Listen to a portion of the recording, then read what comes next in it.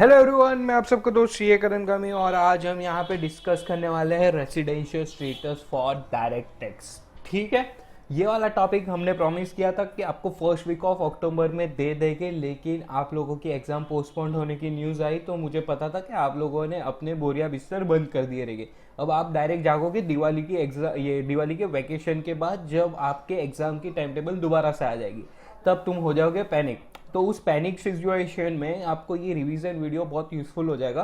तो जिन्होंने ये पढ़ाई छोड़ दी है या बहुत टाइम से नहीं पढ़ा ये टॉपिक, तो उनके लिए ये ब्रशअप कर देगा। और जिन्होंने अब तक ये टॉपिक को छुआ ही नहीं है, तो वो लोग अगर ये वीडियो देख लेंगे तो इसमें थोड़ा बहुत कॉन्फिडेंस आ जाएगा उनको कि एक्चुअली ये टॉपिक क्या बोलता है। ये टॉपिक बहुत छोटा सा है, इसके लिए अगर ये वीडियो भी आपने देख लिया ना तो आप एग्जाम में बहुत सी चीज़ें कर सकते हो। तो रेसिडेंशियल स्टेटस में सबसे पहली चीज आपको ये ध्यान रखनी है कि इंडियन सिटीजन होने से तुम इंडियन रेसिडेंट हो जाओ, ऐसा जरूरी नहीं है। ये वाला एमसीक्यूज बहुत बार आया हुआ है आपके एग्जाम में, तो ये वाला पॉइंट ध्यान में रखना कि सिटीजनशिप के बेस पे आपको रेसिडेंशियल स्टेटस नहीं मिलती है। तो वो कैसे मिलती है, उसके लिए आपको 3 क्वेश्चन पूछने पड़ेंगे अपने आप से। What to decide, why to decide and how to decide. What to decide, आपको क्या डिसाइड करना है कि भाई जो बंदा है वो रेसिडेंट है या नॉन रेसिडेंट है। वाई टू डिसाइड, अब ये सबसे बड़ा क्वेश्चन कि क्यों करें हम ये। हमारे पास जीवन भर के बहुत सारा काम है, हमको फाइनल अकाउंट पढ़ना है, हमको कॉस्टिंग पढ़ना है, हमको टैक्स पढ़ना है। उसके अलावा तुम ये अलग से क्वेश्चन क्यों करा रहे हो। अरे क्यों करा रहा हो, क्योंकि गवर्नमेंट को क्या है ना, गवर्नमेंट को चाहिए ज़्यादा से ज़्यादा इनकम टैक्स उनको मिले।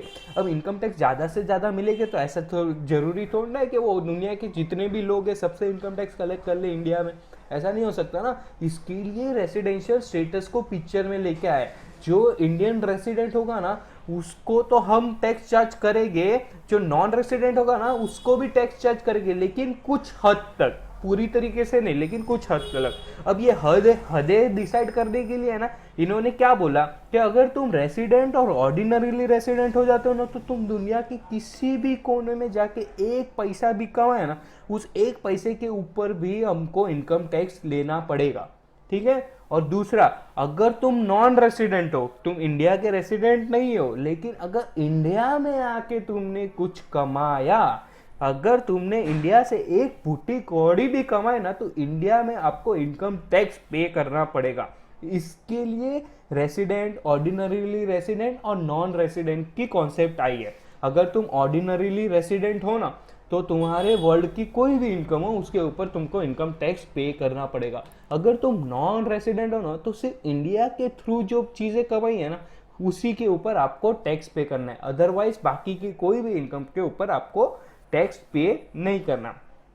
तो ये हो गया what to decide and why to decide. अब ये पूछोगे हाउ टू डिसाइड, भाई हमको कैसे पता चलेगा कि बंदा रेसिडेंट है, ऑर्डिनरीली रेसिडेंट है या नॉन रेसिडेंट है। अरे अभी बताता हूँ ना, अभी लेक्चर खत्म कहाँ हुआ है, ये रहा देखो। इंडिविजुअल है, अगर वो बेसिक कंडीशन सेटिस्फाइड कर देता है ना तो वो रेसिडेंट हो जाएगा। अगर बेसिक कंडीशन ही नहीं सेटिस्फाइड कर पाया तो वो नॉन रेसिडेंट। और बेसिक कंडीशन सेटिस्फाई होने के बाद है ना आपको एडिशनल कंडीशंस देखनी पड़ेगी। अगर एडिशनल कंडीशंस वो अगर सेटिस्फाई कर दिया ना तो वो ऑर्डिनरीली रेसिडेंट हो जाएगा, अदरवाइज नॉन ऑर्डिनरीली रेसिडेंट। ठीक है। अब पहले तो ये देखते हैं कि बेसिक कंडीशंस क्या बोलती है। बेसिक कंडीशन में है ना 2 कंडीशन है। तो सबसे पहली कंडीशन क्या बोलती है, जो बंदा है ना वो 182 डेज प्रीवियस ईयर में इंडिया में रहना चाहिए। अगर कोई बंदा 182 डेज से ज़्यादा अगर इंडिया में रहा है ना तो वो इंडियन रेसिडेंट है बाय डिफॉल्ट। लेकिन क्या होता है ना, बहुत सारे इंडियन क्रिकेटर पकड़ लीजिए, विराट कोहली जैसे, वो बहुत जगह पे क्रिकेट खेलने जाते हैं। कभी वो अभी देखिए वो रिसेंटली ऑस्ट्रेलिया गए हुए वर्ल्ड कप के लिए, उसके पहले वो एशिया कप के लिए दुबई गए हुए थे। तो ये कैसा है कि इंडिया से बहुत टाइम तक लोग बाहर जाते हैं क्रिकेट के लिए, या कोई और भी प्रोफेशन वाले हो गए जो इंडिया के हैं लेकिन इंडिया के बाहर ऐसे घूमना उनका ज़्यादा होता है। तो यहाँ पे गवर्नमेंट क्या बोलती है कि 182 डेज एक ही कंडीशन रखा ना तो बहुत सारे लोग तो इसमें फॉल ही नहीं होंगे। और आप सोचो विराट कोहली जितना बड़ा आदमी, मतलब पैसे वाइज वो कितना कमाता है, अगर इतना बड़ा आदमी इंडियन रेसिडेंशियल स्टेटस से दूर रह गया तो इंडियन गवर्नमेंट को कितना लॉस हो जाएगा। तो इसलिए इंडियन गवर्नमेंट ने क्या बोला कि 182 डेज वाली कंडीशन जिससे सेटिस्फाई कर दी वो तो रेसिडेंट हो ही गया है ना।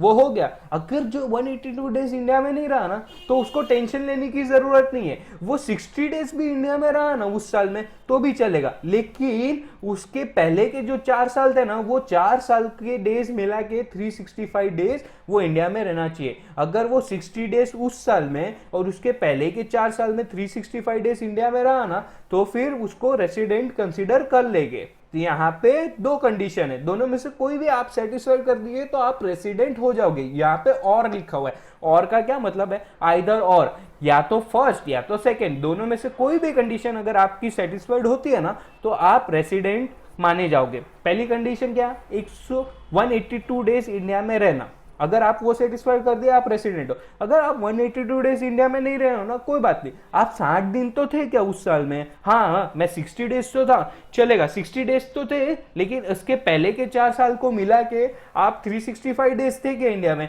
बोलेगा हाँ। तो अगर ये 60 और 365 दोनों कंडीशन सेटिस्फाइड हो गई ना तो सेकेंड कंडीशन सेटिस्फाइड हो जाएगी। तो ये दोनों कंडीशन सेटिस्फाइड होने में से आइदर और कोई भी कंडीशन सेटिस्फाइड होने पे आप रेसिडेंट हो जाओगे। और जैसे ही आप रेसिडेंट हो जाते हो ना उसके बाद ये देखो, if a individual satisfied any one of the above basic condition then he is consider as resident of India. यही जो मैं हिंदी में बता रहा था ये इंग्लिश में लिख के बताया हुआ है। उसके बाद एडिशनल कंडीशन, जैसे आप रेसिडेंट हो जाते हो ना तो गवर्नमेंट का है ना यहाँ पे जी नहीं भरता, वो बोलता है कि देखो तो जरा वो ऑर्डिनरी तो रेसिडेंट नहीं हो गया, ऑर्डिनरीली रेसिडेंट हो गया तो भाई उसके हर पैसे पे टैक्स मिलेगा, तो पहले तो ये देखो कि वो ऑर्डिनरीली रेसिडेंट तो नहीं है। तो उसके लिए है ना दो कंडीशन है, और यहाँ पे जो दो कंडीशन है ना वो दोनों की दोनों ही सेटिस्फाइड होनी चाहिए, क्योंकि ये एंड कंडीशन है। एंड मतलब first and second both should be satisfied. Both कैसे सेटिस्फाइड करनी है, तो आपको सबसे पहले तो ये देखना है कि आप आपके आगे वाले कोई भी 2 साल में नहीं, पिछले 10 साल में से आप एटलीस्ट 2 साल के अंदर तो इंडिया के रेसिडेंट हुए ही रहने चाहिए। मतलब जिस साल में आप खड़े हो ना उसके पहले के 10 साल आपको चेक करने, उस 10 साल में से मिनिमम 2 साल आप इंडियन रेसिडेंट होने चाहिए। अगर आप इंडियन रेसिडेंट हो गए ना किसी भी 2 साल में पिछले 10 में से, तो बाद में आपको दूसरी कंडीशन देखनी है, आपके पिछले 7 साल में आपने एटलीस्ट 730 डेज इंडिया में बिताए होने चाहिए। दो कंडीशन क्या बोली मैंने, रेसिडेंट स्टेटस चाहिए आपको, पिछले 10 साल का देखना है आपको, उस 10 साल में आपको मिनिमम 2 साल रेसिडेंशियल होना चाहिए, इंडिया का रेसिडेंट होना, कंडीशंस फुलफिल होना चाहिए। उसके अलावा अगर वो हो जाती है तो दूसरी देखनी है, आप पिछले 7 साल में 370 डेज इंडिया में रहने चाहिए। अगर आप ये दोनों ही कंडीशन सेटिस्फाई कर देते ना, if an individual satisfied both the above conditions then he is considered as ordinarily resident of India. ठीक है, अब ordinarily resident, non ordinarily resident या नॉन रेसिडेंट, इन सब के कैलकुलेशन आपको आएगा टोटल स्कोप ऑफ इनकम में। टोटल स्कोप ऑफ इनकम में आपको ये सारी चीजें देखनी होगी, तो ये वाला टॉपिक हम दूसरे लेक्चर में कंसिडर कर लेंगे। लेकिन यहाँ पे पहले तो आपको ये समझ में आना चाहिए कि रेसिडेंट है, ऑर्डिनरीली रेसिडेंट है या नॉन रेसिडेंट है। ठीक है, और यहाँ पे ना एक अलग से नोट है जो आप लोगों को देखनी है, जो सेकंड बेसिक कंडीशन है, बेसिक कंडीशन की बात करो, सेकंड बेसिक कंडीशन जो 60 days plus 365 days not applicable, वहां पे आपको सिर्फ एक ही कंडीशंस देखनी पड़ेगी। सिर्फ पीछे ये जो दो लोग हैं ना उनके लिए सिर्फ आपको एक ही कंडीशन देखनी है, 182 डेज वाली।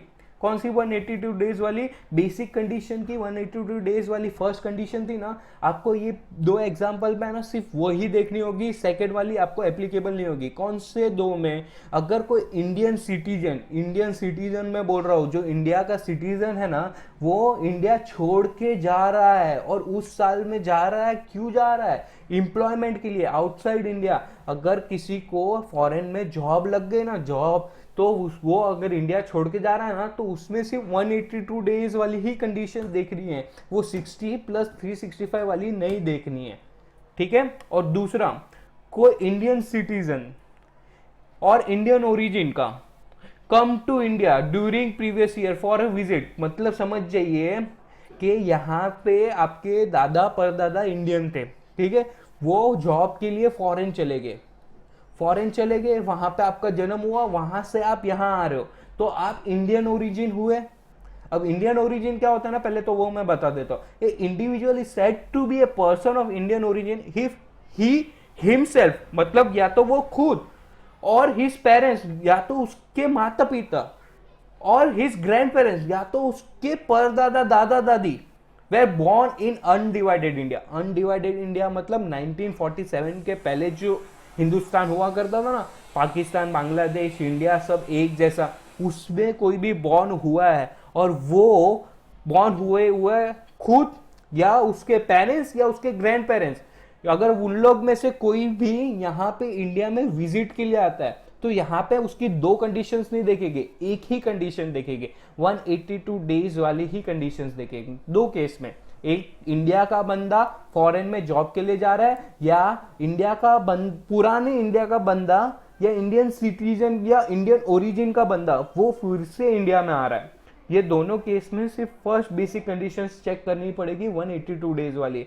यहाँ पे 60 और 365 वाली कंडीशन आपको नहीं देखनी है, ठीक है। इसके ऊपर क्वेश्चन आएगा, कंफ्यूज मत होना, 60 डेज वाला कैलकुलेट करने मत बैठना। आपको सबसे पहले तो यही देखना है कि इंडियन ओरिजिन एम्प्लॉयमेंट के लिए बाहर गया तो सीधा सेकंड बेसिक कंडीशन को चौकड़ी मार देने का, सिर्फ एक ही कंडीशन देखने की। और या तो फॉरेन से कोई इंडिया का बंदा या इंडियन ओरिजिन का बंदा इंडिया में घूमने आ रहा है तो उसकी सिर्फ एक ही कंडीशन देखनी है, सेकंड कंडीशन को चौकड़ी मारनी है। कौन सी conditions? Basic condition, additionally basic, ठीक है। तो ये टॉपिक यहाँ पर खत्म होता है। ये वीडियो को 2-3 बार देखिए, आपका कॉन्सेप्ट रिवाइज हो जाएगा, एकदम थॉरो हो जाओगे रेसिडेंशियल स्टेटस में। अगर रेसिडेंशियल स्टेटस आपका स्ट्रांग हो गया तो टोटल स्कोप ऑफ इनकम में आपको इजी हो जाएगा और 10 से 8 मार्क्स का क्वेश्चन इसमें से शॉर्ट आता है। और रेसिडेंशियल स्टेटस के 4 से 5 मार्क्स के एमसीक्यूज या ऑब्जेक्टिव टाइप के क्वेश्चंस आएंगे जहां पे आप कंफ्यूज नहीं होना। सबसे इंपॉर्टेंट क्वेश्चन तो मैंने सबसे पहले डिस्कस किया ना, वही कि रेसिडेंशियल स्टेटस क्या सिटीजनशिप ऑफ इंडिया के ऊपर डिपेंड करती है, तो आंसर आएगा नो। रेसिडेंशियल स्टेटस के लिए हमको कंडीशंस देखनी होती है, सिटीजन होने से आप इंडियन रेसिडेंट हो जाओगे ऐसा जरूरी नहीं है, ठीक है। Thank you so much.